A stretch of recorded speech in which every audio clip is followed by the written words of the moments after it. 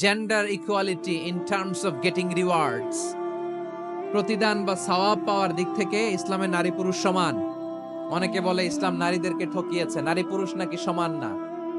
অনেক নারীবাদীরা বলেন, আমি প্রিয় বোনদের বলবো এই আয়াতের দিকে তাকান, সূরা আহজাবের 35 নম্বর আয়াতের দিকে তাকান। এই আয়াতে নারী পুরুষ সমান। নেক কাজ করলে সওয়াব পাওয়ার ক্ষেত্রে পুরুষ যেমন নারীও তেমন। আল্লাহু আকবার। দান করলে পুরুষের যেমন সওয়াব, নারীরও তেমন সওয়াব।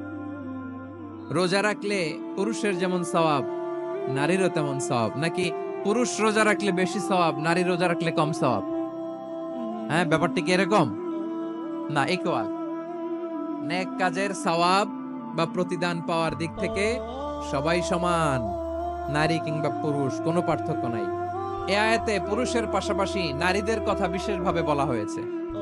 এই আয়াতটি নাজিলের একটা প্রেক্ষাপট আছে, শানে নুজুল আছে। আমাদের প্রিয় আম্মাজান উম্মে সালামা রাদিয়াল্লাহু তাআলা আনহা, উনি একবার আল্লাহ রাসূল সাল্লাল্লাহু আলাইহি ওয়াসাল্লামকে বললেন, ইয়া নবী আল্লাহ, মালি আসমাউর রিজালা ইউযকারুনা ফিল কুরআন ওয়ান নিসাউ লা ইউযকারনা।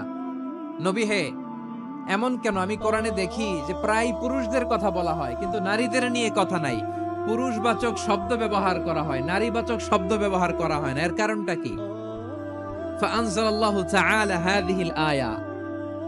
এরপর আল্লাহ তাআলা উম্মে সালামা রাদিয়াল্লাহু তাআলা আনহার এই কথার প্রেক্ষিতে, তার এই অ্যাপিল, তার এই আবেদন, তার এই আকাঙ্ক্ষা পূরণের জন্য এই আয়াতটি নাজিল করেন। যে আয়াতে আল্লাহ তাআলা পুরুষবাচক শব্দের পাশাপাশি নারীবাচক শব্দ ব্যবহার করেছেন। যেমন ধরেন মুমিনিন, এটা বললে এর মধ্যে পুরুষও আছে নারীও আছে। মুসলিমিন, এটা বললে এর মধ্যে পুরুষও আছে নারীও আছে। কিন্তু এই আয়াতে আল্লাহ তাআলা মুসলিমিন বলার সাথে সাথে আবার বলেছেন মুসলিমাত।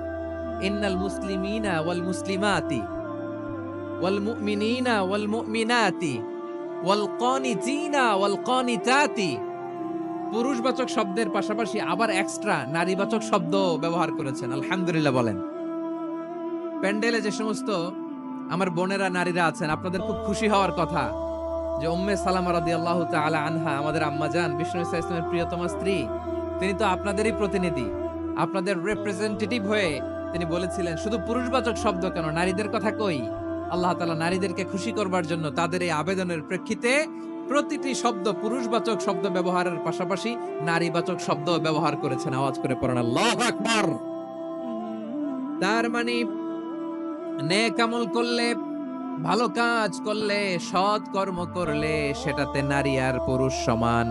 পুরুষ ইবাদত করলে যেই সওয়াব, নারীরা করলেও সেই সওয়াব। পড়েন সুবহানাল্লাহ।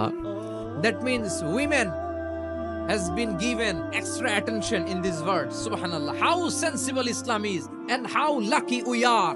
নারীদের প্রতিনিধি উম্মে সালামা বলার সাথে সাথে তাদেরকে খুশি করার জন্য আল্লাহ পুরুষবাচক শব্দের পাশাপাশি নারীবাচক শব্দ দিয়ে একটা গোটা আয়াত নাজিল করেছেন। পড়েন সুবহানাল্লাহ।